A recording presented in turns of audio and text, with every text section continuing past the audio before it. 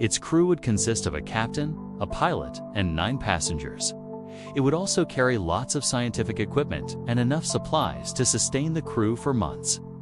The plan was for the ships to launch every 3 years when Earth and Mars were at their closest.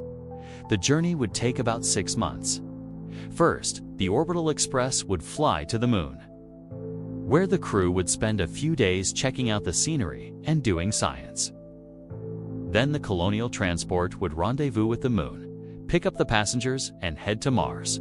Once the ships arrived at Mars, the plan was for the passengers to spend a few weeks in orbit doing reconnaissance before landing on the surface. They would bring back samples of soil and rock to study and hopefully begin construction of a permanent human settlement. So what would this Martian city look like? Well, probably something like this.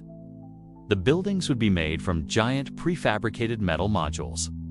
These would be manufactured on Earth, shipped to Mars, and then assembled on the surface. The city would be surrounded by large domes. These would protect the inhabitants from harmful radiation and meteorite impacts. They'd also make it possible to maintain a breathable atmosphere. Inside, it would feel like one of those old-fashioned train stations, all polished steel and glass. There would be plenty of places to sit and relax, as well as cafes and bars serving futuristic cocktails. The city's power would come from giant solar panels. These would be mounted on the roofs of the domes.